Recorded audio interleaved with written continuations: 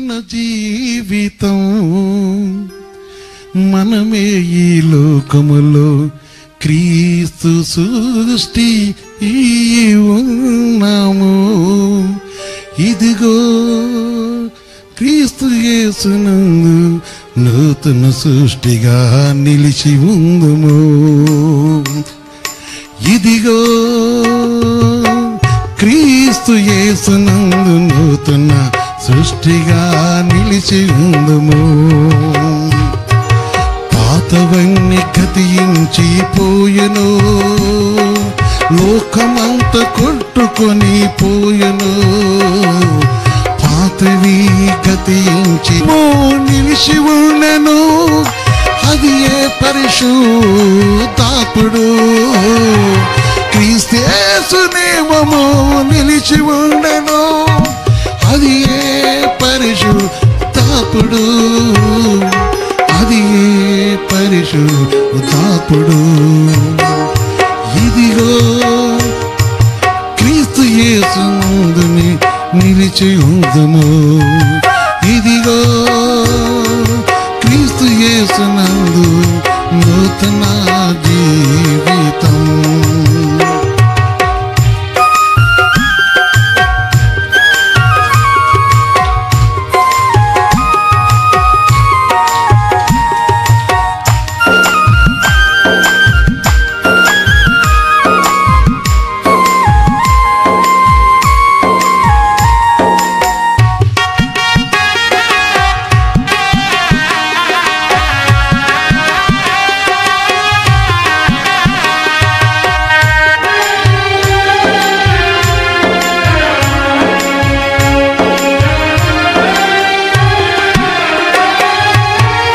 మరణము పారిపోయెను, క్రీస్తు యేసు మహిమ నిలిచి ఉండెను.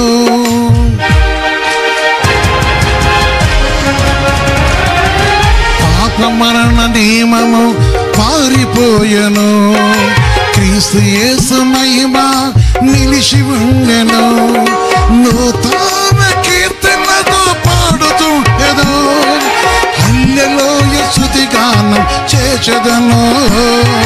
నూతన కీర్తనలు పాడుతుండెను, హల్లెలూయా స్తుతిగానం చేచెదను.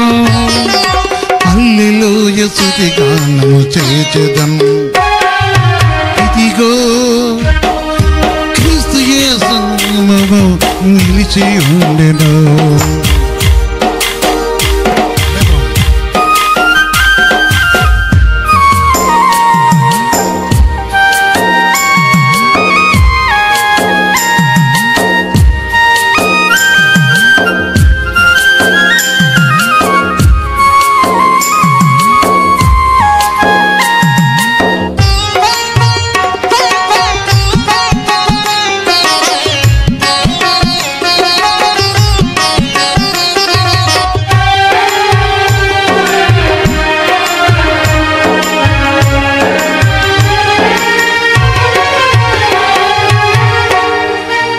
పర్వతములేమో తొలగిపోయెను, మెట్లన్నీ ఏమో కూలిపోయెను.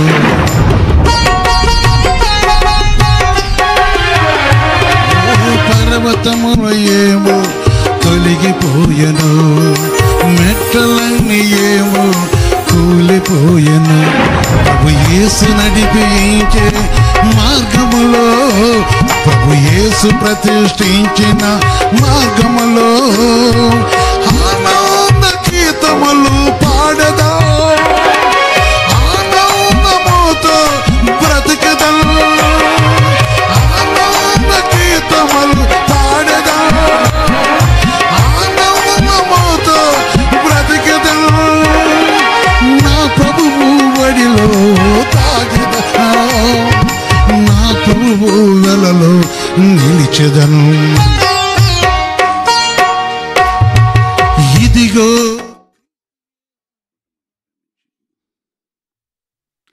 ఆయన పరిశుద్ధ సన్నిధిని మనం జ్ఞాపకం చేసుకొని, దేవుడు తన ప్రేమ కరుణ కటాక్షంతో ఈ యొక్క మంచి సమయాన్ని దేవుడు మనకు అనుగ్రహించిన వాడు. పరిశుద్ధ తండ్రి, సర్వోన్నతమైన దేవ, మీ పవిత్రమైన పాదాలకు వందనాలు చెల్లిస్తున్నాను.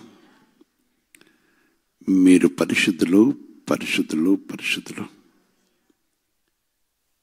మీ మహాకృపను బట్టి పరుకోతండి మమ్మల్ని రాత్రంతా మమ్మల్ని కాపాడి ఈ ఉదయకాలంలో సూర్యోదయం ముందు ప్రభు నీ పాదలకు వచ్చినకు మీరు మమ్మల్ని పిలిచి మా యొద్దకు రావటం మీరు సిద్ధపరుచుకునే విధానం పెట్టుకుంటున్నాను. మీ కనికరము, మీ కటాక్షం, మీ దయతో, మీ దయా కరుణ కటాక్షను బట్టి, మీ మహాకృపను బట్టి పరుకోతండి మా జీవితంలో మరొక నూతన దినం ఇచ్చిన కొందనాలు. ఈ దినం మాతో ఉండి మమ్మల్ని కరుణించి మీ కటాక్షం మాటలు చూపినందుకు కొందరు చేస్తూ ఈ సమయం వాక్యతో మాతో ముచ్చరించిన తండ్రి, ఆమేన్. ప్రియమైన సహోదరి సోదర,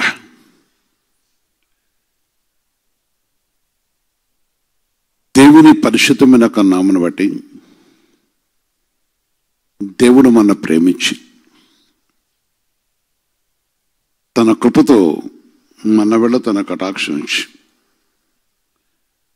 ఆయన కనికరమును కటాక్షను దయచేసి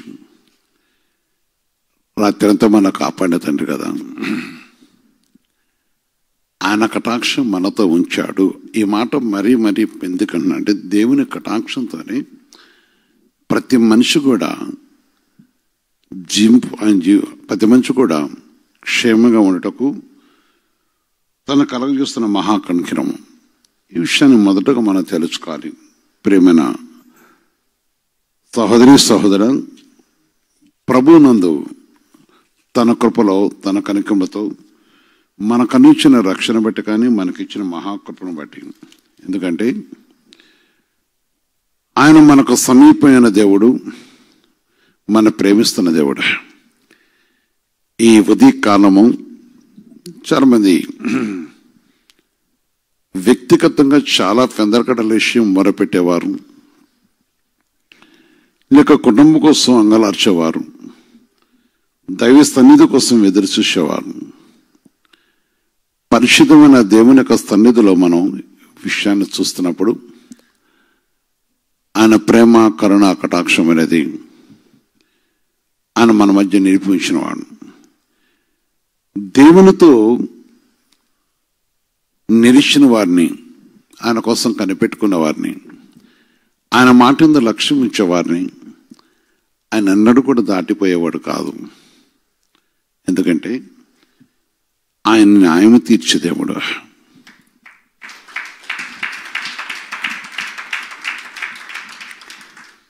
ఆయన న్యాయం తీర్చే దేవుడు.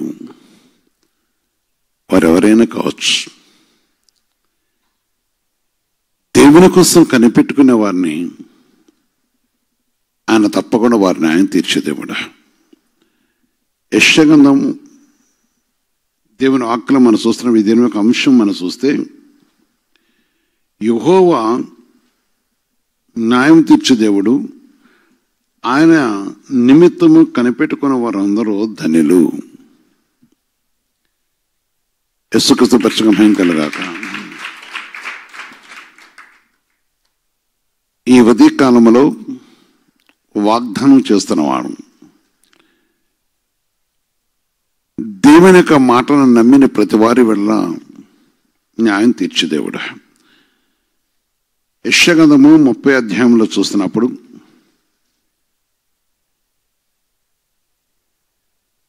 యెషయా గ్రంథము 30 అధ్యాయంలో చూస్తున్నప్పుడు 18 వచ్చిన ఈ మాట చెప్తున్నాడు. న్యాయం తీర్చడం కోసం ఏం చేస్తున్నాడు? తన కృపను బట్టి వారిని కరుణించే విషయమై ఆయన ఉద్దేశం ఏంటి? ప్రభు ఆజ్ఞించరుస్తుంది. ఆమేన్. కావున ఆమె యందు దయ చూపవలెనని. ప్రియమైన సహోదరి సోదర, ఈ ఉదయకాలంలో సహాయం కోసం, ఆదరణ కోసం, లేక మన జీవితంలో కొందరు కొన్ని పరిస్థితులు చిన్న చిన్న పొరపాట్లు చాలా పెద్దగా సంభవించి జీవితంలో చాలా అంటే మానని మచ్చతో ముద్ర వేయబడేవారు ఉంటారు. ఆదరణ లేక, సహాయం లేక, నెమ్మది లేక, ఎటువంటి సహాయం వస్తుంది అని వెతుకుతూ, లేక ఏ విధంగా మనకు మేలు కలిగిద్దని వెతుకుతూ దేవుని మాట కొరకు కనిపెట్టుకుని ఉండేవారు ఉన్నారు. మనుషుల ద్వారా నష్టపోయిన వారు.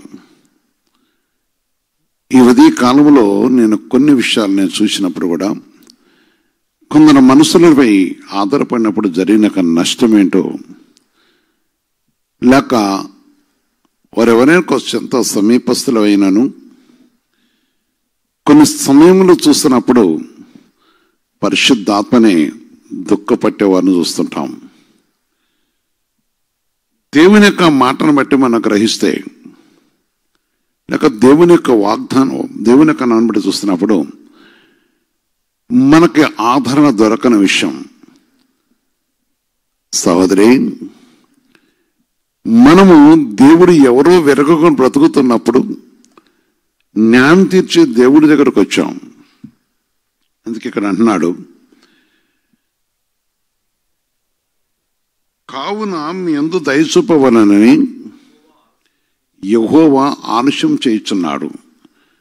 నీ యందు దయ చూపాలని నేను వెతుకుతున్నవాడు. మీ యందు దయ చూపని యెహోవా ఆలస్యం చేయుచున్నాడు. మిమ్మల్ని కరుణింపవలని ఆయన నిలవబడి ఉన్నాడు. మిమ్మల్ని కరుణింపవలనైనా ఎంత ఆశ, ఆసక్తి ఆలోచించండి. దేవుడికి మన మీద ఉన్న ఆశ, నా ప్రియమైన సహోదరి సోదర, ఈ ఉదయ కాలంలో అవును, శరీరంలో వచ్చిన వ్యాధిని బట్టి కానీ, మనసులో ఉన్న రోధన బట్టి కానీ, మనం కొన్ని సమయాల్లో చూస్తున్నప్పుడు ఆయన పరిశుద్ధమైన సన్నిధిలో ఈ విషయం మనం చూస్తే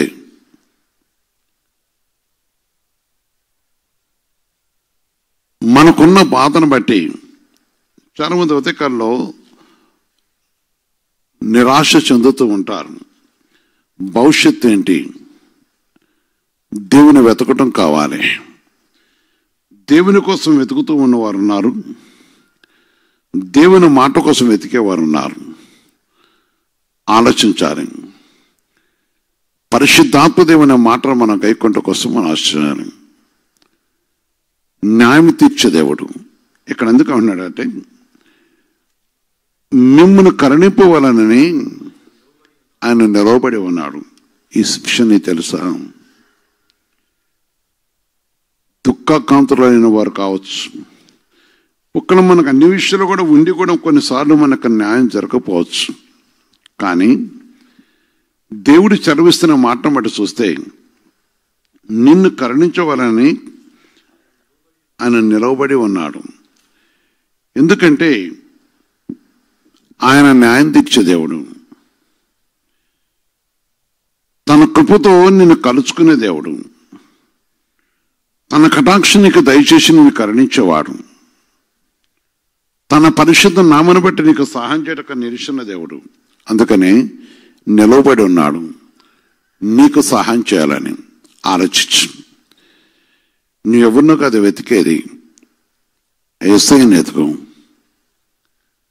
యేసయ్యను వెతికినప్పుడు, ఆయన సన్నిధిలో నువ్వు ఆయన వెతుకుతున్నప్పుడు, ఆయన పరిశుద్ధ నామను బట్టి నువ్వు ఆయన వెతుకుతున్నప్పుడు నీకు న్యాయం చేసేవాడు, సహాయం చేసేవాడు. మెక్క గ్రంథము 4:3 చూస్తే పరిశుద్ధ వాక్యం చలుస్తుంది. మేక ఆయన మధ్యవర్తి అయి అనేక జనములు అంటే వారెవరైనా కావచ్చు, పరిశుద్ధ దేవుని వెతుకుతున్నప్పుడు, ఈ సర్వోన్నతమైన దేవుని వెతుకుతున్నప్పుడు యుద్ధములు, పోరాటాలు, సమస్యలు సమాధానం లేనివి. మనిషి జీవితంలో సమస్యలు అనేది అంటే కొన్ని చాలా యుద్ధము కత్తి పెట్టుకుని యుద్ధం చేసిన దానికంటే మనిషిని కృంగజేస్తూ ఉంటాయి. నిత్యం మనసుతోనూ హృదయముతోనూ పోరాడే కొన్ని యుద్ధాలు మనస్థాపనతో, హృదయ రోదనతో చాలా జీవితాలు చూసినప్పుడు అన్ని వెండి కూడా కృంగిపోతూ నాతో కొందరు చెప్పుకుంటూ ఉంటారు, నేను ఇంత న్యాయం చేశాను కానీ వారు నన్ను ఇంత మోసం చేశారు. అవునా, కొన్ని సమయంలో ఉదయముగా చాలా మంచిది ఒక టీచర్ నాతో చెప్పిన మాట విన్నాను. కనుక తన జీవితంలో ఉన్న పరిస్థితిని బట్టి నాతో మాట్లాడుతూ ఉన్నారు. ఏదైనా కానీ ప్రభు న్యాయం చేసే దేవుడు, కనికరించే దేవుడు. అనేక జనములకు న్యాయం తీర్చును, దూరము నివసించు బలమగల అన్ని జనులకు తీర్పు తీర్చును. వారు తమ ఖడ్గములను నాకట నక్కలుగాను తమ వీటులను మచ్చుకత్తులుగాను సాగొట్టుదురు. జనము మీద జనము ఖడ్గము ఎత్తక ఉండదురు. అదే న్యాయం. జనం మీదకి జనము ఖడ్గం ఎత్తకుందరు. యుద్ధము చేయటాన్ని నేర్చుకొనట జనుల యొక్క మానవ ఇద్దరు క్రీస్తు యేసు పరిశుద్ధమైన నామను బట్టి అనేకులు వారి వరక ఈ దుష్ట ప్రవర్తన విడిచిపెట్టిన వారు, సమాధానం వెతుకుతున్నవారు. దేశం మీదుగా దేశాన్ని కాపాడుకోవడానికి సిద్ధపరచుకోవడం తప్పుంటలేదు, కానీ సమాధాన పరిశుద్ధుడా. కొందరు రాజుల గురించి చెప్పాడు, వారి చుట్టూ కూడా సమాధాన పరిచాడని. వారి వేలికలో యుద్ధములు లేకుండా పోయినాయని. కారణం ఏంటంటే దేవుడు వారికి న్యాయం తీర్చాడు. క్రీస్తు యేసు ఆయన కృపలో మనకు సహాయం చేసి ఆయన పరిశుద్ధ నామమును బట్టి మనకు న్యాయం చేయటం కోసం ఆయన నిరీక్షణ దేవుడు, కరుణించే దేవుడు, తన కృపతో కటాక్షించే దేవుడు. ఆయనపై ఆధారపడి వచ్చిన రూతు జీవితంలో కూడా న్యాయం చేసినవాడు, గొప్ప బహుమానం ఇచ్చినవాడు.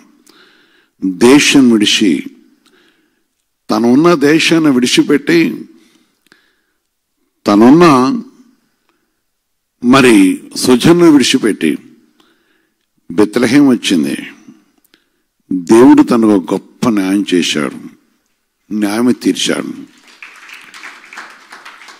దేవుని సన్నిధిలో హైజ్ అంటా ఉన్నాడు, 2:12 చెప్పాడు, తన జీవితంలో తన జరిగిన అనేక జనులకు అనే మాట కోసం మనం చూస్తున్నప్పుడు ఈరోజు నువ్వు ఎవరైనా కావచ్చు, క్రీస్తు యేసు అని ఈ మహాఘనమైన దేవుడు నీకు న్యాయం చేసేవాడు, నిన్ను కరుణించేవాడు. ఈ పరిశుద్ధమైన దేవుడు మన సహాయం చేయకన్నా నిలిచి ఉన్నాడు.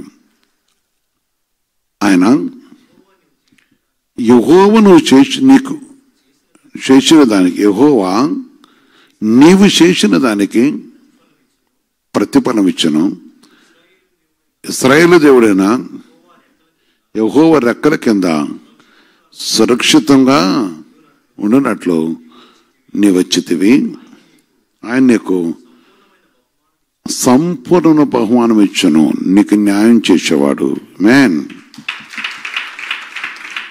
నా సహోదరి సహోదరా, దేవుడు అనేక జనులకు, అందుకే యెషయా 42 మొదటి వచనం చూస్తే కూడా దేవుని ఆకుంచరు వస్తుంది.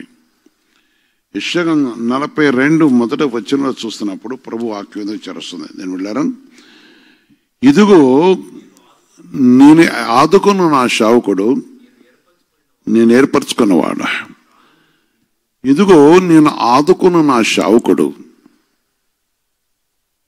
నేను ఏర్పరచుకున్నవాడు, నా ప్రాణమునకు ప్రియుడు, అతని యందు నా ఆత్మను ఉంచి ఉన్నాను. అతను అన్ని జనులకు న్యాయము కనపరుచును. ఆమేన్. సహోదరి, ఈ ఉదయ కాలంలో దేవుని సహాయం కోరుకుంటే, నేను పలాను కదా, అవును, నీవెవరైనా కావచ్చు, దేవుడు సహాయం చేసేవాడు. నీవే స్థలంలోనే సంబంధిక పరిశుద్ధ వాక్యం వింటూ ఉండొచ్చు. నీవే స్థితి నుండి వింటున్నా, నిన్ను చూస్తున్న దేవుడు, నీకు న్యాయం చేసే దేవుడు, నిన్ను ఆదరించే దేవుడు, బహుగా ప్రేమిస్తున్న తండ్రి. ఆయన ప్రేమమూర్తి, తన పరిశుద్ధ నామను బట్టి కరుణించేవాడు. దేవుని మాట చదువుతుంది, ఆయన యందు నా ఆత్మ ఉంచి ఉన్నాను, అతడు అన్ని జనులకు న్యాయము కనపరచును. అతడు అన్ని జనులకు న్యాయము ఆలోచించు. నీకును నీ కుటుంబానికి న్యాయం తీర్చుకున్న దేవుడా, నేను బహుగా ప్రేమించి కరుణిస్తున్న తండ్రి. అందుకని ఆయన కొరకు కనిపెట్టుకున్న వారికి న్యాయం తీర్చేవాడు. ఎవరి కోసం కనిపెట్టుకుంటున్నావు? ఎవరి కోసం ఎదురు చూస్తున్నావు? అవును, దేవుడు తన సంఘంలో ఉండేవాడు, దేవుడు తన ప్రజలతో ఉండేవాడు, దేవుడు తన వేరుపరుచుకున్న వారితో ఉండేవాడు, దేవుడు తను పిలుచుకున్న వారితో ఉండేవాడు, దేవుడు తన పరిశుద్ధ వాగ్దానంపై ఆధారపడుతూ ఉండేవాడు, దేవుడు ఉన్నాడని విశ్వసించే వారితో ఉండేవాడు. సహోదరి సోదర, క్రీస్తు శిలువ సహవాసమైన సంఘాన్ని అన్ని జనుల రక్షణార్థమే కట్టుకున్న దేవుడు నేటి వరకు తన ఉద్దేశం నెరవేర్చుకున్న సర్వోన్నతమైన దేవుడు సెలవిస్తున్నమాట. తన చిత్తాన్ని నెరవేర్చుకున్న దేవుడు, ఆయన పరిశుద్ధ నుండి వారికి సహాయం చేయటం నేర్చున్న దేవుడు. ఆలోచించు, ఆయన పరిశుద్ధమైన సన్నిధిలో దీనులకు ఆయన కలుగజేసే విషయం, తన కృపను బట్టి వారి వేళ చూపుతున్న ప్రేమ, ఆయన కనికరం కల దేవుడు. అందుకని ఆయన ఎంత న్యాయమూర్తి అండి, ఎంత సమాధానకర్త అంటే, ఈ ఉదయకాలంలో మనం చూస్తే ప్రజలందరూ వేద్యముతో రాళ్లతో కొట్టుకుంటూ వస్తే ఆయన ఒకే మాట అన్నాడు, న్యాయం తీర్చు అన్నారు. ఈ విషయంలో న్యాయం తీర్చు బోధకుడా అన్నారు. న్యాయం తీర్చాడు. మొట్టమొదటిగా ఆయన చక్కని ఉపదేశం చేశాడు. అంటే ఆ స్థలంలో, ఆ టైంలో ఆయన చేసిన ఉపదేశం యొక్క ఉద్దేశం చూసినప్పుడు, మనుషుడు ఎవడునూ న్యాయం తీర్చలేనివాడని, మీలో పాపము లేనివాడు మొదటగా మీద రాయి వేయడి అన్నాడు. ఆ విషయంలో వారు నుంచి స్థలం నుంచి పారిపోయినారు. ఆ తర్వాత ఆయన, నేను నీకు ఏ శిక్ష విధింపను, కానీ ఇక నువ్వు పాపం చేయకము. ఆమేన్. నేను నీకు ఏ శిక్ష విధించిన కానీ ఇక నువ్వు పాపం చేయకు. ఎంత గొప్ప న్యాయము, ఎంత గొప్ప తండ్రి. సహోదరి సహోదరులారా, రహస్యమందు బంధకం ఉన్నవారులారా, దుఃఖాకాంతలు ఉన్నవారులారా కావచ్చు, లోకంలో జ్ఞానులం అనుకొని అనేకులు నానా విషయంలో నిన్ను మోసం చేయటకు ప్రయత్నం చేస్తూ ఉంటారు. అనేకులు వారి వారి ప్రయత్నంలో ఎదుటి వారి అమాయకుల్ని, ప్రభునిపై ఆధారపడుతున్న వారిని కూడా వారిని ఏదో విషయంలో లోకంలో విరికించని ప్రయత్నం చేస్తూ ఉంటారు. కానీ ఈ ఉదయ కాలంలో దేవుడు మనతో మాట్లాడుతున్నవాడు. ఒక మనుషుడు దేవునితో కలిసి జీవించే విషయాలు. అందుకే నిజంగా దేవుని ఆత్మతో ఉన్న వాళ్ళలో వివాదం ఉండదు. ఎందుకుండదు? ఆత్మ ఎప్పుడు కూడా వివాదం కలిగించదు. పాపాన్ని ఖండిస్తుంది, పవిత్రత ప్రేమిస్తుంది, నాయకత్వం దేవునిపై ఆధారపడుతుంది. అందుకని ఆయన్ని న్యాయం చేసేవాడిని ఎందుకు ఆశపడుతుంటామంటే, చాలా అన్యాయమైన అక్రమైన విషయాలు చూస్తున్నప్పుడు కూడా దేవుని యొక్క న్యాయం చేసే దేవుడు.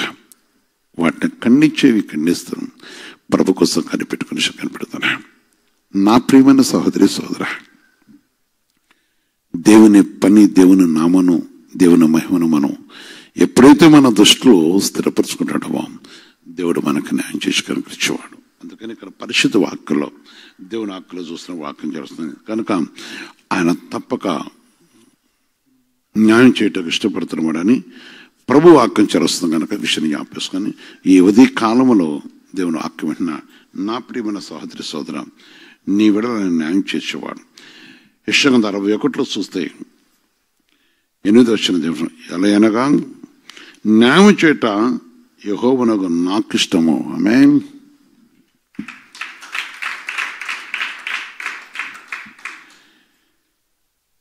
న్యాయం చేయట మోకరించు, ఆయనకి ఇష్టము. నీ ఇంటికి వచ్చాడు, నీ రూమ్కి వచ్చాడు, నువ్వు హాస్టల్లో ఉంటే వచ్చాడు. చాలామంది హాస్టల్లో పనిచేసేవారు, వార్డెన్స్ కొందరు నాతో అడుగుతుంటారు, ఈరోజు న్యాయం కోసం ప్రభు సన్నిధికి వచ్చావు, పరిశుద్ధ దేవునికి పాదాలకు వచ్చిన నా సహోదరి సోదర, ఎంత గొప్ప మాట. న్యాయం చేయటం నాకు ఇష్టం అన్నాడు. పరిశుద్ధ తండ్రి, సర్వోన్నతమైన దేవా, మీ పవిత్రమైన పాదాలకు వందనాలు చెల్లిస్తున్నా. అవును తండ్రి, మీరు నన్ను మమ్మల్ని చూస్తున్నారు. మీ పరిశుద్ధ నామను బట్టి మా యందు మీరు ఆశతో నిరీక్షణ దేవుడివి. నా ప్రభు, నీ పాదాలకు వందనాలు. మీ పరిశుద్ధమైన పాదాలకు వందనాలు చెల్లిస్తున్నాను. కృపగల ప్రభు, నాడు నేడు ఏకరీతికున్న దేవుడివి. మీ కనికరమును, మీ కటాక్షరమైన దయను బట్టి మీ పరిశుద్ధమైన నామంలో ప్రకోతండి, ఈ ఉదయ కాలంలో ప్రకోతండి, నీపై ఆధారపడే వారిని ప్రభా వారికి న్యాయం తీర్చకు వచ్చిన దేవుడు అని సెలవిచ్చావు కదా. అవును తండ్రి, మా విషయంలో న్యాయం తీర్చకు వచ్చిన దేవుడివి. మేము నీ కోసం కనిపెట్టుకొని ఉన్నాము. నేనా నీ దాసును నేను మేము ప్రకోతండి, ఈ సమయంలో నీ మాటపై ఆధారపడి కనిపెట్టుకున్నాను. నేను ఆశతో నీ తట్టు చూస్తున్నాను. ఆశతో తన ప్రభా వంకర జనాంగమును నానా విధమైన పరిస్థితులు బట్టి, నానా విధమైన తండ్రి సేది వేరును బట్టి, నానా విధమైన తండ్రి ప్రభు నీ నామకు విరోధంగా ఉన్న అనేక విషయాలు బట్టి చూసినప్పుడు నీవే న్యాయం తీర్చబని ఎదురు చూస్తూ ఉన్నాం. నీ సహాయం బట్టి వందనాలు. నువ్వు సహాయం చెట్టుకు వాగ్దానం చేసిన దేవుడు కదా, న్యాయం చెట్టుకు నిలుస్తున్న దేవుడు కదయ్యా, కరుణించడానికి నిలుస్తున్న దేవుడు కదయ్యా. అయా నీ నిలుస్తున్నానని సెలవిచ్చిన కదా. ఏ బిడ్డలు నీ తట్టు చూస్తున్నారు? నా బిడ్డల విషయంలో న్యాయం చేయమని అడిగేవారు, నా కుటుంబ విషయంలో న్యాయం చేయమని అడిగేవారు, నా భర్త విషయంలో న్యాయం చేయమని అడిగేవారు, నా భార్య విషయంలో న్యాయం చేయమని అడిగేవారు, నాకు తండ్రి గర్భకాలం కావాలని న్యాయం చేయమని అడిగే భార్య భర్తలు, ఇంకా దగ్గర తండ్రి తాగుబోతుల భర్తల కోసం పేదరిక విషయం బట్టి తండ్రి ఆ యొక్క పరిస్థితుల్లో ప్రభుత్వండి న్యాయం కావాలని ప్రభు నీ తట్టు చూస్తున్న ఏ బిడ్డైతే ప్రభుత్వం ఒకలా చిన్న చిన్న పొరపాట్లు క్షమించి కనుకరించి తెలియక పాపం చేసి మన ప్రత్యేకపడత బిడ్డలు ఉన్నారయా. నీ పరిచర్యలో పాల్గొంటకొచ్చిన న్యాయం అడుగుతున్న వారు ఉన్నారు. నాన్న నీ పరిచర్య పాడు చేసిన వారు ఉన్నారు. నీ పరిచర్య కోసం ఎదురు చూస్తున్న వారు ఉన్నారు. వారి కొరకు తండ్రి నీ న్యాయను ప్రభా వారు సొత్తుగా మార్చుకునే ప్రయత్నం చేసిన వారు ఉన్నారు కదా. నీ చిత్తం ఒకసారి జ్ఞాపకం చేసుకోండి. నీ కటాక్షం దయచేతండి. జీవంగలేసయ్యా మీరు తండ్రి ఆ దినమని రాజ్యంలో ప్రభు మా కోసం చిత్తపరిచిన నాన్న ఆ స్థలములకు రావాలంటే ఇక్కడ మీరు మాకు న్యాయం తీరుస్తూనే కదా. ఎస్ఐయా నీ కొందనాలు ఎస్ఐయా భూమి మీద మీరు ఎవరు ప్రభు ఏ తీర్పు తీర్చక రాలేదు కానీ న్యాయం చేయటకు వచ్చారు. అందుకు కొందనాలు తెలుస్తున్నా. నేను ఎవరు శిక్షించక రాలేదన్నారు. అందుకే వందనాలు తెలుస్తున్నాం. ఈ సమయం ప్రభు నీ కృప దయచేతండి. నీ కటాక్షం తెచ్చదని అనేక జనములకు అన్నారు కదా. అనేక జనులు నేను మేము ఉన్నాం కదయ్యా. అన్ని జనులకు న్యాయం తీర్చునని కూడా చదివించారు కదా. నీ పాదాలకు వందనాలు తెలుస్తున్నా. నీ పాదాలకు వందనాలు చెల్లిస్తున్నాం.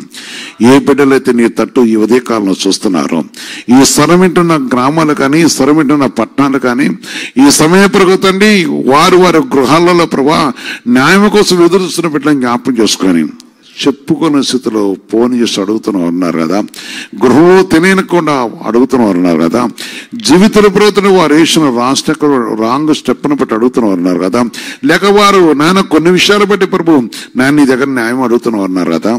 నా యేసయ్య నీ పాదాలకు వందనాలు. భవిష్యత్తు కోసము ఆశతో అడుగుతున్న వారు ఉన్నారు. యేసయ్యా నీ కృపను బట్టి నీ కొరకు కనిపెట్టుకుని అడుగుతున్న వారు ఉన్నారు. ఈ సంబంధపతి బిడ్డలైతే నీ తట్టు చూస్తూ వారి చేతులు జోడించారు, చేతులు ఎత్తారు, నీ వైపు చూస్తున్నారు తండ్రి.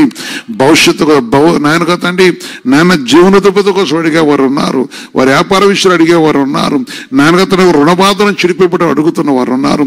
ఇంకా దగ్గర తండ్రి వారి వరకు మనస్సులో అలసిపోయిన వారు ఉన్నారు. వారి కుమార్తెను బట్టి తప్పుగా ప్రవర్తిస్తూ అడుగుతున్న వారు ఉన్నారు. అయ్యా నా కుమారుడు బట్టి చేశాను, నా కుమార్తెను బట్టి చేశాను, లేక నా పరిస్థితిని బట్టి అయినా తెలిసి కూడా ఈ అబద్ధములు ఆడానని ఒకవేళ వాళ్ళు ప్రత్యత పడితే కనికరించని, నీ కనికరను తెచ్చని గొప్ప దేవుడా, న్యాయం తీర్చే దేవుడా, నీ పాదాలకు వందనాలు. నీ దాసుని నేను అడుగుతున్నాను నాయన, నీ కృపణ తండ్రి నీవు నాకును నీవు కట్టుకునే సంఘానికును నీ పరిశుద్ధ నాటి సంఘంలో ప్రతి కుటుంబానికి కూడా పడుకోతండి న్యాయమే దయచేతండి.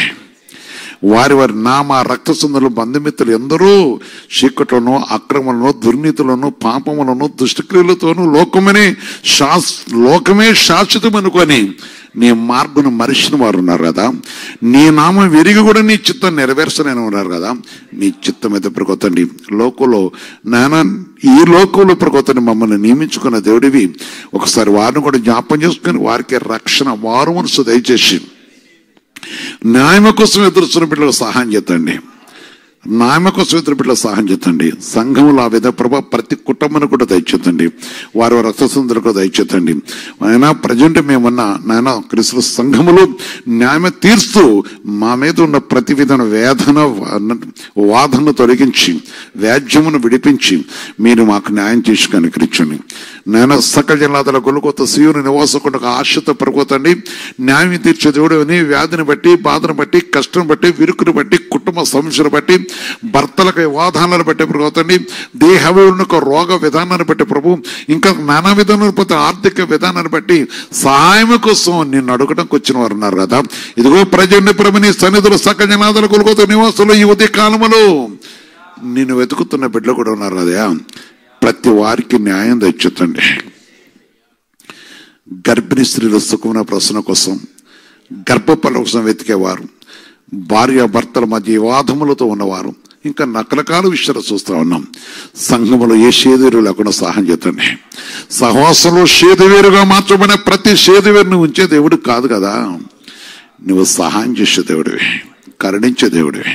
అయ్యా గుర్రెశ్వరమ ధరించుకున్న తోడేళ్ల సంఘంలో లేకుండా సహాయం చేసి కొన్ని ప్రాంతంలో వండి పరుకోతండి నేను సంఘమున తండ్రి వారి సేసుకు వారి ధనము కోసం వారి ఘనత కోసం చేస్తున్న వారు చూస్తున్నారు కదా. నీ చిత్త సేదేరు లేకుండా సహాయం చేతండి. అదే కాదు ప్రభు, నీ పరిశ్రమ బట్టి మేమన్నా నేను తండ్రి నీవు మాకు అనుగ్రహించిన వాగ్దాన ప్రకారం దినమున క్రీస్తు సంఘం అందరికీ అదేవిధంగా అనేక జనులు కూడా సహాయం చేస్తూ క్రీస్తు నామలో ఈ న్యాయం జరుగుతుందని వారు గ్రహించి నీ తట్టు చూచి కృప దయచేసి నీ సహాయం చేసేవాడిని గ్రహించి కృప దయచేద్దని. ఈ సంవత్సర ప్రకృతిని మేమున్న బస్తీ కానీ, మేమున్న పట్టణమ్మ కానీ, మేమున్న పల్లెలు కానీ, మేమున్న గ్రామాలు కానీ, ఇంకా ఆ పరిశుద్ధ ప్రకృతండి గృహాలలో ఇళ్లలో పనిచేస్తున్న వారు కూడా ఈ సంబంధం ఆశతో నీ వాక్యం పెట్టుతూ వారు చేస్తున్న పనిచేస్తూ కొందరు కొన్ని పనులకు వెళుతూ వారి మధ్య ఉన్నవారు, ఒక సమాజంలో ఉన్నవారు, ఆయా స్థలంలో డ్యూటీ పరంగా ఉంటూ ప్రభా నీ వాక్యం వింటున్న వారు, రకరకాలుగా హాస్టల్లో ఉండి వింటున్న వారు, అదేంటంటే ప్రభావ వాకింగ్ చేస్తూ ఆగిపోయి సంబంధపడి ప్రార్థనలు ఎక్కిపోస్తున్న బిడ్డలు ఉన్నారు కదా.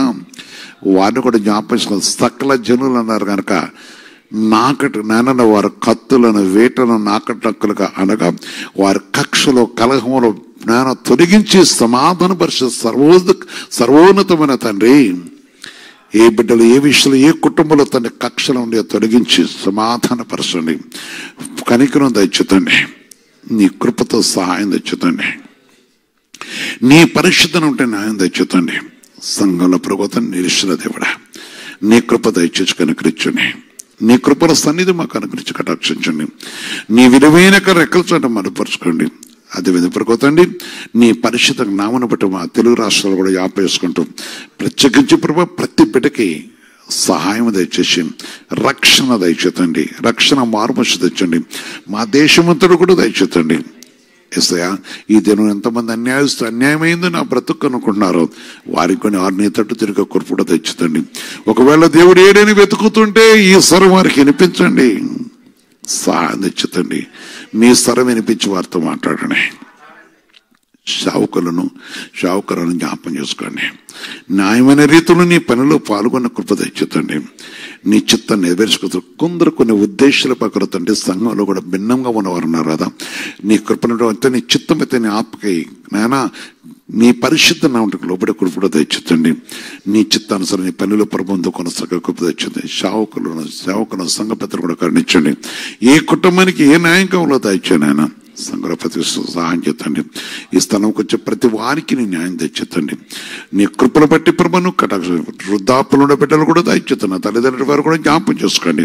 ఇంకా తన ప్రభావం వారికి ఆ సహాయం తెస్తాం. నీ కృపతో కనికరించండి. హాస్పిటల్లో పనిచేస్తున్నారు, హాస్పిటల్లో మూలుగుతూ ఉన్నారు, బాధలతో కష్టం రోగాలతో ఉన్నవారు, ఆయా పరిస్థితులు పెట్టి ఉన్నవారు కూడా జ్ఞాపం చేసుకుని కుంగిపోతున్న వారు ఉన్నారు, అరిచిపోతున్న నిరుపేదలు ఉన్నారు, దేని స్థితిలో ఉన్నవారు ఉన్నారయ్యా. న్యాయం చేయండి. న్యాయం దయచేతండి.